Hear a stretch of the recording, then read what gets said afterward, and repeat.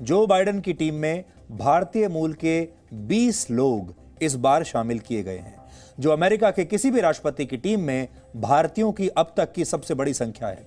इसे आप अमेरिका की राजनीति में भारत की बढ़ती हुई सॉफ्ट पावर भी कह सकते हैं। इन भारतीयों की लिस्ट में 50 वर्ष की नीरा टंडन सबसे महत्वपूर्ण है, जो अमेरिका के लिए बजट तैयार करने में बड़ी भूमिका निभाएंगी। 45 साल की वनिता गुप्ता को अमेरिका के न्याय विभाग का जिम्मा मिला है। तीसरे सबसे महत्वपूर्ण पद यानी एसोसिएट अटॉर्नी के पद पर नॉमिनेट किए गए हैं। डॉक्टर विवेक मूर्ति अमेरिका की जनता के स्वास्थ्य को सुधारने की सलाह देंगे। 47 वर्ष की माला अडिगा राष्ट्रपति की पत्नी को पॉलिसी के मामलों में सलाह देंगी। 32 वर्ष की सबरीना सिंह को भी फर्स्ट लेडी की मीडिया सलाहकार बनाया गया है। आयशा शाह इंटरनेट के माध्यम से राष्ट्रपति के संदेशों को अमेरिका के लोगों तक पहुंचाएंगी। समीरा फाजली आर्थिक मामलों पर जो बाइडेन को सलाह देंगी। आर्थिक मामलों की समिति में भरत रामामूर्ति भी शामिल हैं। गौतम राघवन राष्ट्रपति के लिए स्टाफ की नियुक्ति करेंगे। राष्ट्रपति के सबसे करीबी लोगों में विनय रेड्डी भी होंगे और उन्हें जो बाइडेन के भाषणों को लिखने की जिम्मेदारी मिली है। वेदांत पटेल राष्ट्रपति के असिस्टेंट प्रेस सेक्रेटरी होंगे।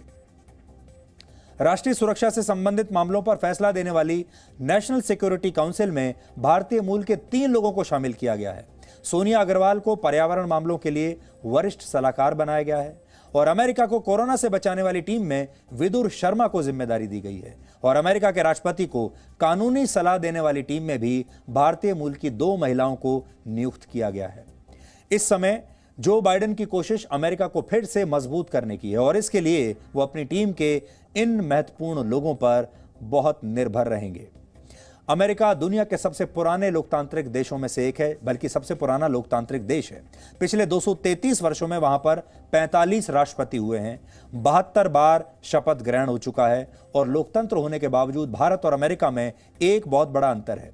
भारत में चुनाव जीतने के बाद प्रधानमंत्री के लिए एक शपथ ग्रहण समारोह होता है, जबकि अमेरिका में इसी शपथ ग्रहण समारोह को इनॉग्रेशन डे यानी उद्घाटन समारोह कहा जाता है। अब आपके मन में एक सवाल होगा कि एक जैसी भूमिका होने के बावजूद भारत में होने वाले शपथ ग्रहण समारोह को अमेरिका में इनॉग्रेशन डे क्यों कहा जाता है?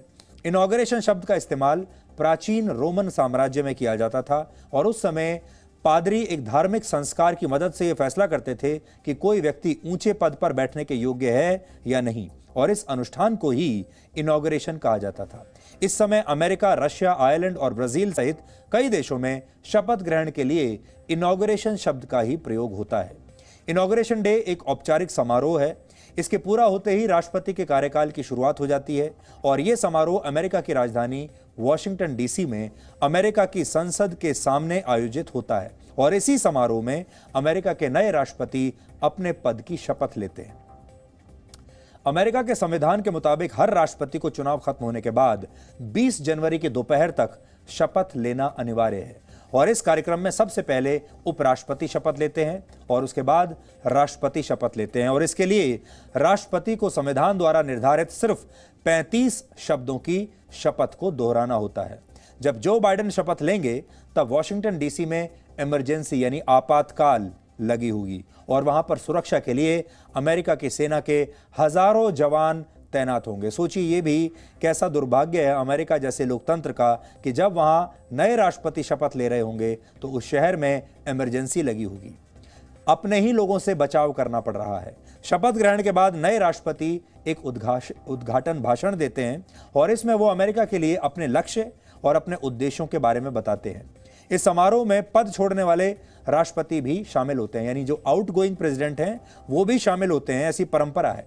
वर्ष 2017 में जब डोनाल्ड ट्रंप ने शपथ ली थी तब वहां पर पूर्व राष्ट्रपति बराक ओबामा उनके साथ मौजूद थे, लेकिन राष्ट्रपति डोनाल्ड ट्रंप इस शपथ ग्रहण समारोह में शामिल नहीं होंगे और वो कल इनॉग्रेशन डे पर नहीं आएंगे, ये वो बता चुके हैं।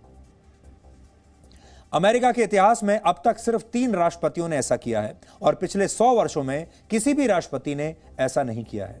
यह परंपरा कल टूट जाएगी। जिस स्थान पर खड़े होकर जो बाइडेन शपथ लेंगे उसी जगह पर 14 दिन पहले आधुनिक अमेरिका के इतिहास की सबसे भीषण हिंसा हुई थी, जिसमें 6 लोग मारे गए थे और जो बाइडेन की कोशिश होगी कि जल्द से जल्द वो अमेरिका को इस शर्मनाक घटना से आगे लेकर जाएं। अगर अमेरिका में हालात सामान्य होते तो लाखों लोग इस समारोह में शामिल होते। वर्ष 2009 में बराक ओबामा के शपथ ग्रहण के समय वॉशिंगटन डीसी में लगभग 20 लाख लोग मौजूद थे, लेकिन इस बार हिंसा की आशंका और कोरोना महामारी की वजह से यह आयोजन इतना बड़ा नहीं होगा। शपथ ग्रहण के बाद कल ही जो बाइडेन व्हाइट हाउस चले जाएंगे और अगले 4 वर्षों तक यही व्हाइट हाउस उनका आधिकारिक निवास होगा।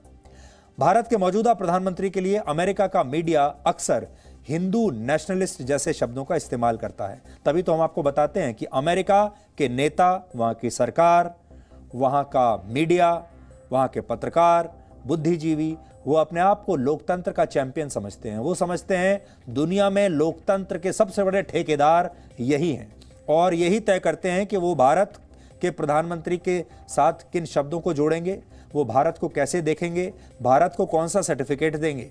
हालांकि धर्म पर आलोचना करने वाला पश्चिमी मीडिया अपने राष्ट्राध्यक्षों की धार्मिक परंपराओं पर कभी कोई टिप्पणी नहीं करता। कल शपथ ग्रहण से पहले जो बाइडेन भी चर्च जाने की परंपरा का पालन कर सकते हैं, यानी शपथ ग्रहण से पहले चर्च जाएंगे। इसकी शुरुआत वर्ष 1933 में अमेरिका के राष्ट्रपति फ्रैंकलिन रूजवेल्ट ने की थी। इनॉग्रेशन डे अमेरिका का पब्लिक हॉलिडे नहीं है, लेकिन ज्यादातर लोग शपथ ग्रहण समारोह और उससे जुड़े कार्यक्रमों को टीवी पर जरूर देखते हैं और इस कार्यक्रम का सीधा प्रसारण आप भी कल जी न्यूज पर देख पाएंगे। और यह पूरा कार्यक्रम भारतीय समय के मुताबिक कल रात 10 बजे शुरू होगा, यानी लगभग इसी समय, मतलब अब 10:04 हो रहे हैं। अब से 24 घंटे के बाद यह कार्यक्रम शुरू होगा और यहां हम आपको कहना चाहते हैं कि जी न्यूज पर हमने इस कार्यक्रम को लाइव आपको दिखाने के लिए विशेष प्रबंध किए हैं। हमारी टीम वहां पर ग्राउंड पर मौजूद होगी और आपको इसका सीधा टेलीकास्ट देखने को मिलेगा। इसका विश्लेषण भी आपको जी न्यूज पर देखने को मिलेगा। इसलिए अगर आप इस शपथ ग्रहण समारोह को देखना चाहते हैं तो जी न्यूज के साथ अपना अपॉइंटमेंट अभी से फिक्स कर लीजिए। अब हम आपको अमेरिका में इनॉग्रेशन डे की एक ऐतिहासिक तस्वीर दिखाते हैं। वर्ष 1953 में अमेरिका के पूर्व राष्ट्रपति ड्वाइट आइजनहावर का शपथ ग्रहण समारोह कुछ अलग तरीके से हुआ था।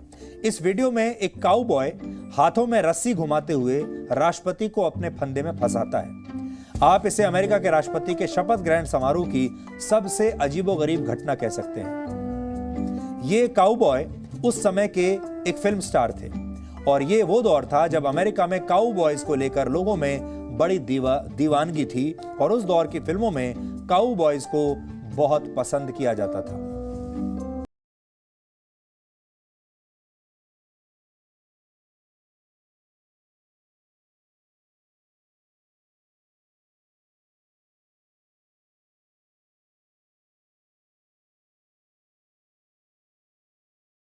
ये जो तस्वीर हमने आपको दिखाई है, ये वर्ष 1953 की तस्वीर है। जो बाइडेन की शपथ के साथ ही भारत और अमेरिका की दोस्ती की नई कहानी भी शुरू होगी। ओबामा के दौर में जो बाइडेन ने कई मुद्दों पर भारत का समर्थन किया था जब ओबामा राष्ट्रपति थे। इनमें वर्ष 2008 की न्यूक्लियर डील भी शामिल थी। आतंक के खिलाफ जो बाइडेन का सख्त रुख भारत के लिए काफी अच्छा माना जा रहा है और इमिग्रेशन के मामले पर भी बाइडेन की पॉलिसी से भारत के प्रोफेशनल्स और छात्रों को फायदा हो सकता है। चीन के खिलाफ जो बाइडेन भारत का समर्थन कर सकते हैं और इससे भी भारत को ही फायदा होगा। हालांकि कुछ मुद्दे ऐसे भी हैं जिन पर जो बाइडेन का रुख भारत के रुख से मेल नहीं खाता, जैसे जम्मू कश्मीर का मामला, CAA यानी नए नागरिकता कानून का मामला और NRC के मुद्दे पर जो बाइडेन भारत के विचारों से पूरी तरह से सहमत नहीं रहे हैं। पाकिस्तान के मसले पर भी जो बाइडेन ने अपना रुख कभी साफ नहीं किया है और यह भी एक ऐसा मामला है जहां भारत के लिए कुछ मुश्किलें आ सकती हैं। यहां तक कि जो बाइडेन जब चुनाव प्रचार कर रहे थे अमेरिका में इस चुनाव के लिए, तब उन्होंने कई बार पाकिस्तान के समर्थन में बयान दिए हैं। उन्होंने कई बार कश्मीर को लेकर भी विवादास्पद बयान दिए हैं जो कि भारत के खिलाफ माने जा सकते हैं।